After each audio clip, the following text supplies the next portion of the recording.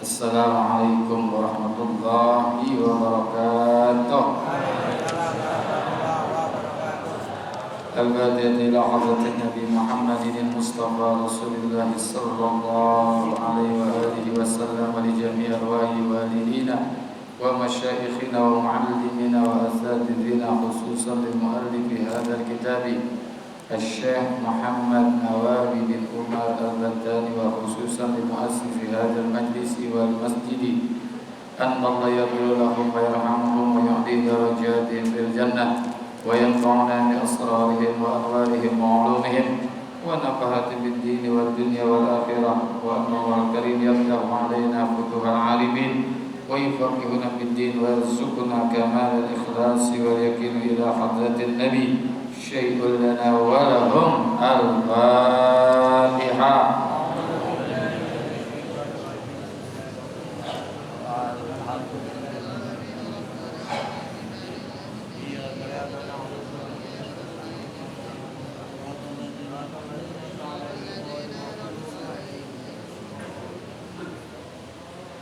Ya Rabbi bil Mustafa balligh maqasidana wa ighfir lana ma maqa ya wasi'al karami.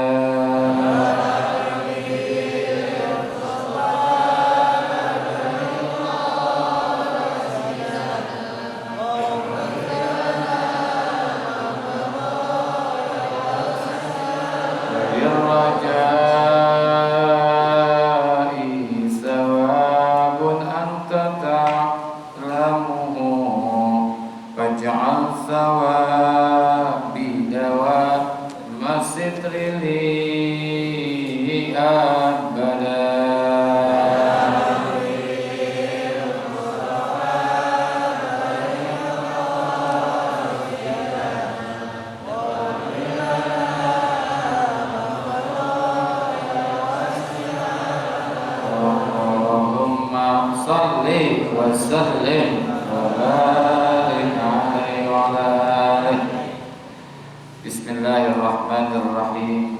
Alhamdulillahirabbil alamin wassalatu wassalamu ala sayyidina Muhammadin sayyidil ghurril muhajjalin imamul anbiya'i wal muttaqin wa ala alihi wa sahbihi mujahidin qahirin amma ba'du.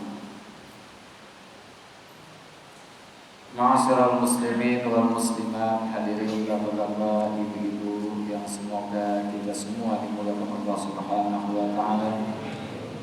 Khususnya yang sama-sama kita hormati dan kita muliakan dan kita doakan untuk kita mukarramah Nabi Haji Dr. Andes Muhammad Ja'far, Haji Zulfan Mustafa Mukarrabin Yusuf Akhul Bilal Ustaz Abdul Hamid Al-Hafidh, juga Bapak Haji Basri, Bapak Haji Muhammad Tahir, dan segenap pengurus Masjid Baitullah Al-Barakah.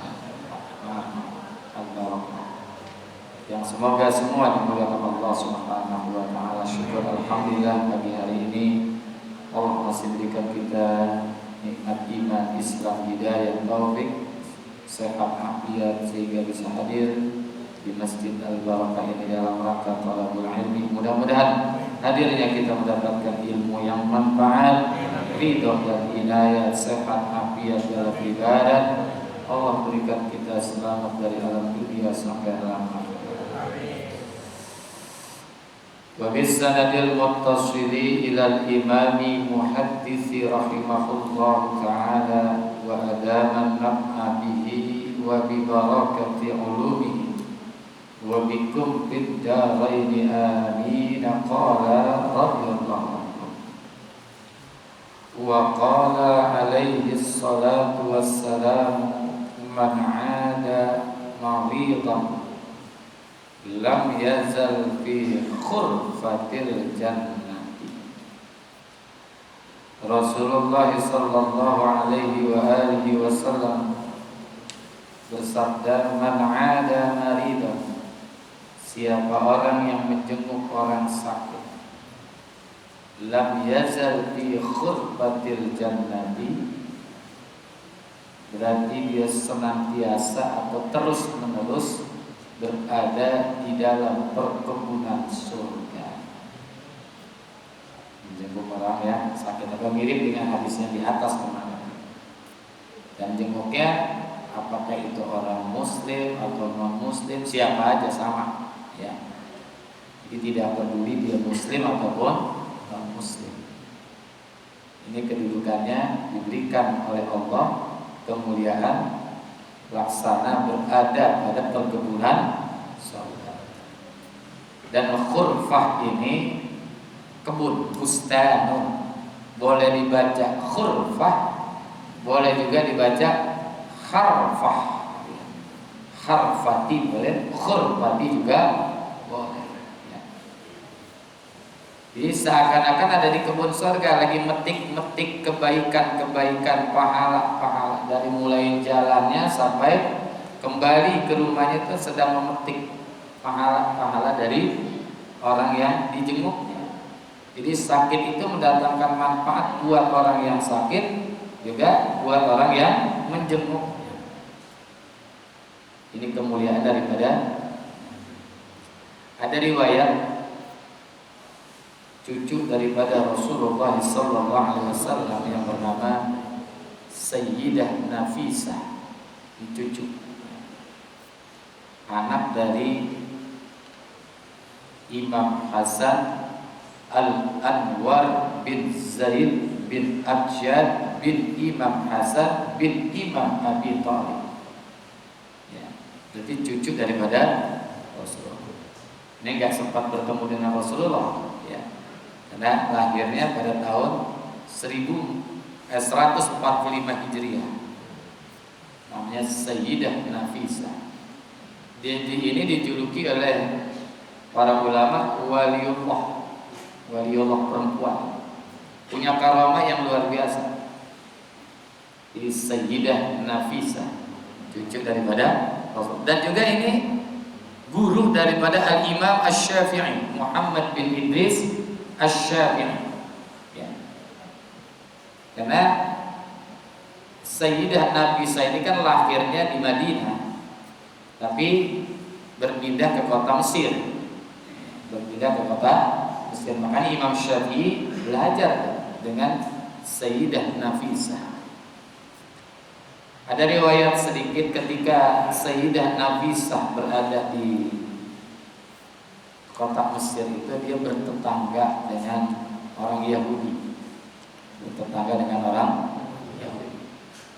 Waktu di Mesir, dia menetap di sana, makanya beliau itu wafatnya juga di sana.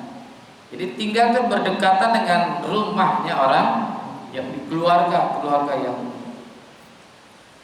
Pada satu hari, karena orang Yahudi ini punya anak kecil masih lumpuh. Ibunya ada keperluan tuh. Inilah hebatnya Sayyidah Nafisah, meskipun berbeda keyakinan, Tapi beliau sangat menghormati bertetangga sebagaimana diajarkan oleh kakeknya, yaitu Rasulullah Sallallahu Alaihi Wasallam. Pada satu hari ibu gadis ini yang kecil, anak kecil, ibu Yahudi ini mau pergi, ada keperluan. Dia sempat bingung mau nitipin anak sama siapa, karena anaknya lumpuh. Ya. Anaknya lumpuh, bapaknya lagi usaha, dia mau pergi ada keperluan. Maka ibunya si gadis ini menitipkan kepada Sayyidah Nafisah. Titipin. Sayyidah Nafisah akan melakukan sholat, beliau itu berwudu, dan air wudunya itu sampai nyiprat, atau nyiprat, mengalir lah ke dekat gadis ini yang lumpuh nih. Gadis itu ambilnya air wudunya, diusapin ke kaki, Itu dengan izin Allah, bekas wudunya Sayyidah Nafisah itu membuat anak gadis ini bisa jalan. Maka disebut waliullah, bisa jalan. Ini anak gadis ini pengen terima kasih kepada Sayyidah Nafisah, tapi karena dilihat lagi sholat, ya ditahan dulu dan untuk berterima kasihnya. Ya. Ini dengan izin Allah ya, karena karomah. Ibunya mau ngambil anak ini karena nitip ya, kaget, langsung meluk anak ibunya, dipeluk lari, kaget. Ya Allah, kenapa bisa jalan ini? Ya.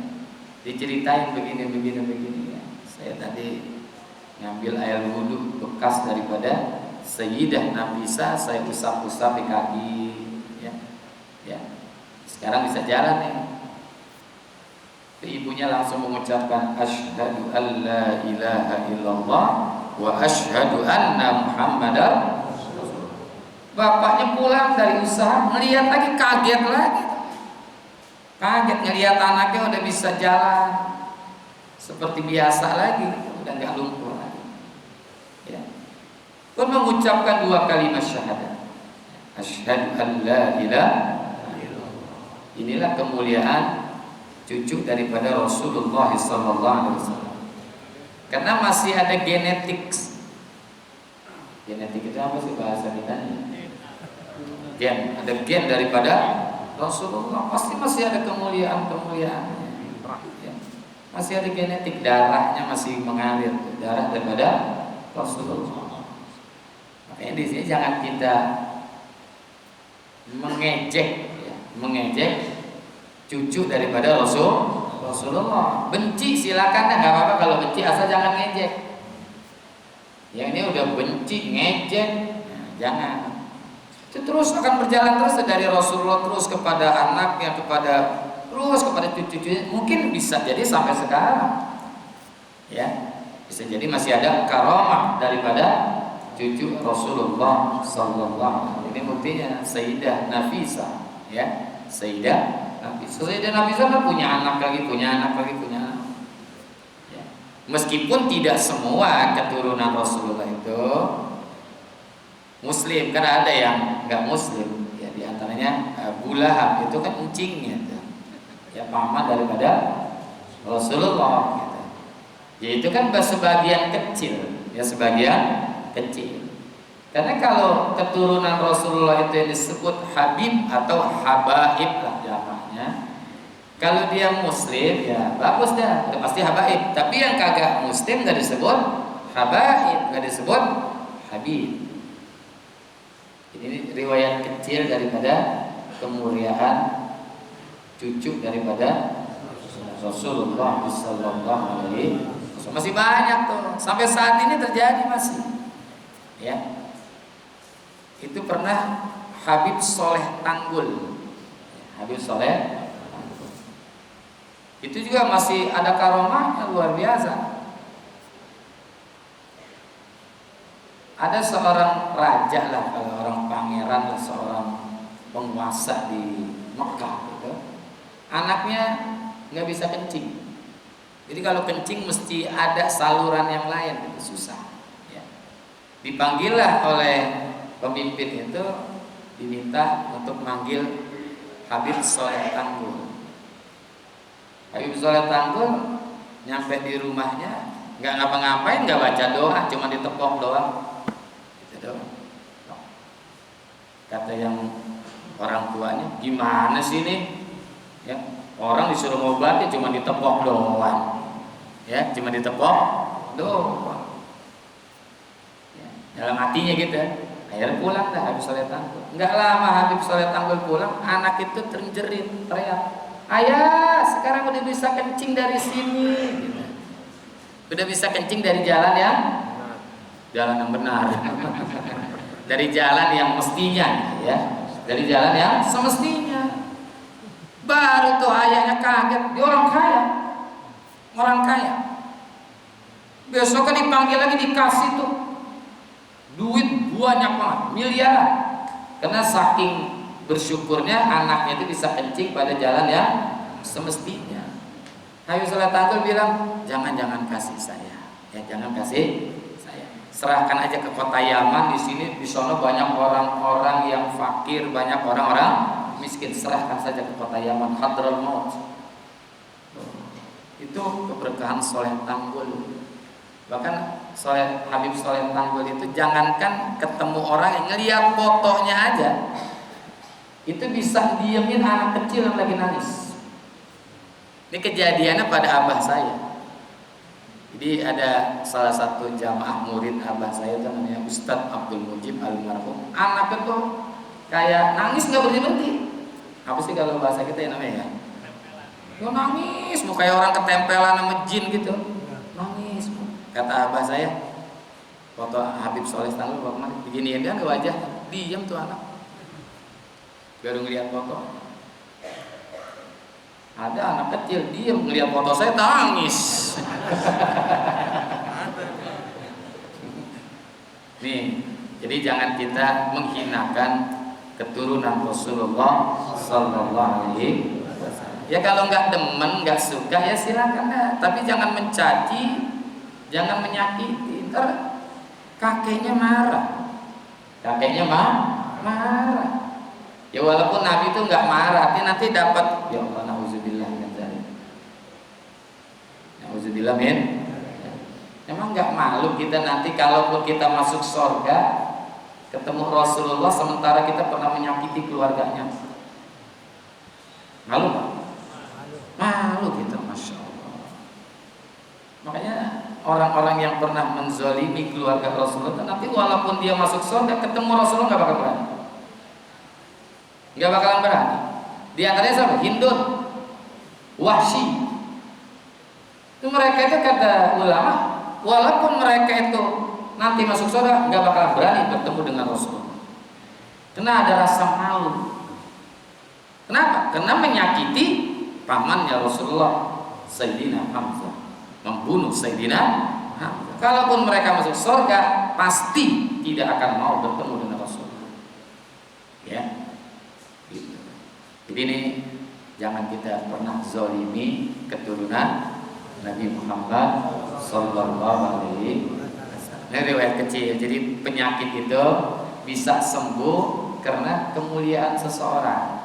Ya, kemuliaan seseorang. Yang menyembuhkan bukan orang itu, siapa? Allah. Maka kita dulu kan kalau sakit minta air sama kiai kan gitu ya. Minta air, bukan airnya yang bikin sembuh, Allah. Ya.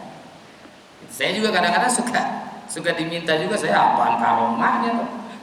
Pernah di Masjid Baitus Salam Jalan Mengkudu, selesai ta'lim hari Ahad pertama, ya manggil kiai saya, ini bacain Fatihah nih buat abah saya, ya ayah saya, kalau nggak salah namanya Bapak Toyib, Bapak Toyib. Saya bacain aja air tuh, ya bacain Al-Ikhlas 3 kali, baca sholawat, ya kan? Saya sebut namanya, ya Allah sembuhin nih. Udah. Sore-sorenya ditelepon, Ustaz, alhamdulillah ayah saya sekarang udah meninggal.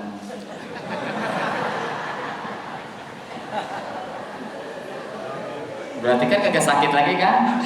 Kagak sakit lagi, berarti udah meninggal kan gak sakit. Berarti itu doa saya mustajab. Di Blitar wallahi di Blitar sore-sore dikabarin, alhamdulillah, bukan alhamdulillah sih, Ustaz, ayah saya meninggal. Ustaz tahu mana? Yang tadi Ustaz kasih ayah, itu bagus dah. Lagi mintanya sama saya. Berarti ini kalau udah meninggal nggak sakit lagi kan? Sembuh, ya, nggak sakit lagi. Siapa yang mau minta air sama saya sini lah? Insya Allah. Jadi kesembuhan itu kan dari Allah, bukan dari kiainya, bukan dari airnya. Yang menyembuhkan itu adalah Allah. Kita cuma ikhtiar syariat, ikhtiar dan syariat. Termasuk tadi Sayyidah Nafisah yang menyembuhkan lumpuhnya anak gadis tadi, yang anak kecil itu, bukan karena airnya, tapi Allah memuliakan cucu daripada Rasulullah. Diberikan kemuliaan itu kepada orang Yahudi sekali. Orang Yahudi dapat kecipretan kemuliaan daripada cucunya Rasulullah. Lihat apalagi kita kalau kita muliakan cucunya Nabi, lebih lagi. Orang Yahudi aja tuh bisa kedapetan, kalau bahasa kampung, kesasaban mulia, kesabaran rahmat daripada cucunya Rasulullah. Apalagi kalau kita cinta kepada Rasulullahnya, cinta kepada cucu-cucunya.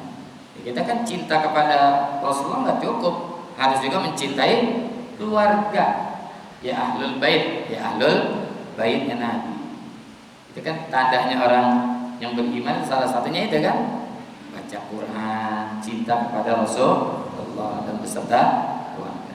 Nah, jadi ini kembali kepada hadis bahwa menjenguk orang yang sakit itu dilaksanakan oleh Rasul seperti berada pada perkebunan surga, ya, perkebunan surga. Bisa juga at-tariq al-khirfah itu maknanya adalah at-tariq, al-khurfah itu maknanya at-tariq, jalan menuju surga. Seperti hadis Nabi, man salaka tariqan yaltamisu fihi ilman sahhalallahu tariqan ilal jannah. Jadi menuju jalannya jenguk orang yang sakit itu sama juga sedang jalan pada perkebunan surga.